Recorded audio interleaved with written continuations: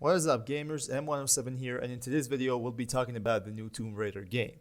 Back in 2016, Rise of the Tomb Raider was released, and it was some kind of a revolution compared to Tomb Raider 2013. And quite honestly, it changed the whole franchise for good. Its successor, Shadow of the Tomb Raider, was even a better game in some aspects, so Crystal Dynamics has set the standards high enough for us to expect another successful AAA title. It's been almost 4 years of radio silence, and everyone had started to forget about Lara Croft until some dude called Miller Ross decided to put an end to that and update us with some fresh info. You might ask who this guy even is. Well, apparently he's a reporter who works for xpeter.com.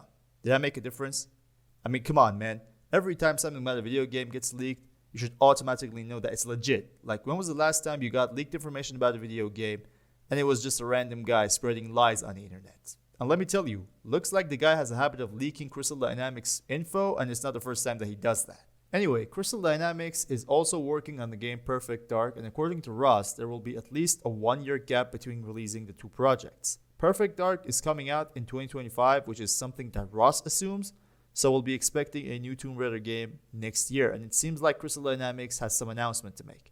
I guess E3 will be the perfect time for that, but we'll have to wait and see. Ross also mentioned that the new Tomb Raider game had been in development for a lot longer than people think, but things got hard when they decided to switch to Unreal Engine 5, and the switching progress caused some issues. And I think that's good news because they're taking their time, and that can help them making a much more polished game. Amazon Games is also involved in the project, and they're going to be the publishers of the game. I have no idea how that could be of any importance, but it's just one more thing to know. So that's basically all we know at the time being. It's not much, but I'm sure we'll be updated on the progress pretty soon. With that said, I would like to address some of the problems that I came across playing previous Tomb Raider titles and some of the things that I liked about them, as well as things that didn't really make much sense to me. So let's get right into it. So first of all, Tomb Raider has always been compared with Uncharted, and I understand the points of view. I'm sure you guys know that Uncharted 4 is now available on PC, and I've played the game for some hours. From what I experienced, maybe they have a lot of elements in common, but they are definitely not the type of games that can be compared with each other so easily. Yes, they're both about adventures, finding treasures and relics. They both have a lot of platforming to do, but gameplay mechanics and storytelling, which is an important part of a single-player game, are different. In my opinion, Uncharted is richer when it comes to story and how they narrate details about each character, and that totally makes sense to me because it was a Sony exclusive after all, and most of them are actually story-rich games. However, Tomb Raider is more aggressive when it comes to the action and actual gameplay. In other words, you have a lot more to do. You've got a semi-open world game, meaning you have side missions, different collectibles, challenges, and much more. So I guess they're comparable to some extent, but each game really serves a different purpose. Now moving on from Uncharted, I really liked how things were set up in Shadow of the Tomb Raider when it comes to gameplay. Survival Instinct, for example, it was way better than it was in Rise of the Tomb Raider. It was well thought about, and it made searching for collectibles way more enjoyable. Shadow also has richer optional challenge tombs compared to Rise. I'm not sure, but I think they both have 9 optional tombs. But the thing with Shadow is how complex it could get to complete a tomb. For me, it felt more mature compared to Rise, and that's a good sign. It shows that Crystal Dynamics pays attention to what's lacking, and I really hope that same mentality is applied to the new game. Something that fans have always been complaining about is the amount of optional tombs, and they want more. Personally, I don't think that like 9-10 tombs would be considered a small number, but I would say that a couple of more not only wouldn't hurt, but may even be beneficial. The more quality challenges for an open world game, the better, and those tombs are quality challenges if you ask me. Now speaking of quality challenges, one thing that kind of bothered me in both Rise and Shadow was challenge design.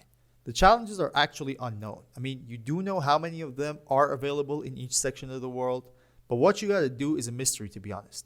However, when you find out what it wants you to do, there are not challenges anymore. There is no difficulty at all. Although upgrading Survival Instinct would help a lot with finding those objects, I would prefer harder challenges that actually tell me what needs to be done. That makes much more sense to me. When it comes to side missions, however, I guess Rise was more enjoyable and I felt more connected to the narrative behind the side missions. Some of them even reward you with important tools like lockpicks compared to Shadow where you have to buy them. Not to mention that Rise also has more side missions. What I comprehended from the whole idea behind the two games is that Shadow is more focused on storytelling, but Rise was more of an open world game. For the new game, I would definitely like to see more side missions, and I guess that's a point that everyone would agree on. The skill tree in Rise also felt more convenient. Every time you unlock a new skill, it has a major impact on the gameplay, and it opens up new doors and possibilities. So many of the skills in Shadow, however, were just absolutely optional. You could finish the game twice without them, and it was killing the energy to just try and gain more XP.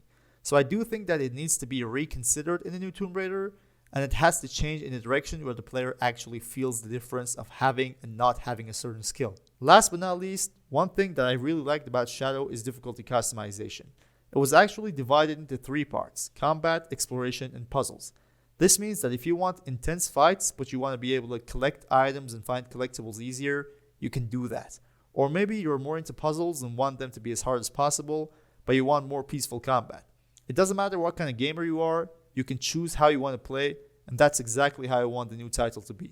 So there it is, everything we know about the new Tomb Raider. I've always said this and I'm going to say it again. Do make sure to comment your point of view, what you like to see in the new one. Maybe if there's something you disagree on, do me a favor and let me know. I'm sure we'll have a nice time discussing all of this.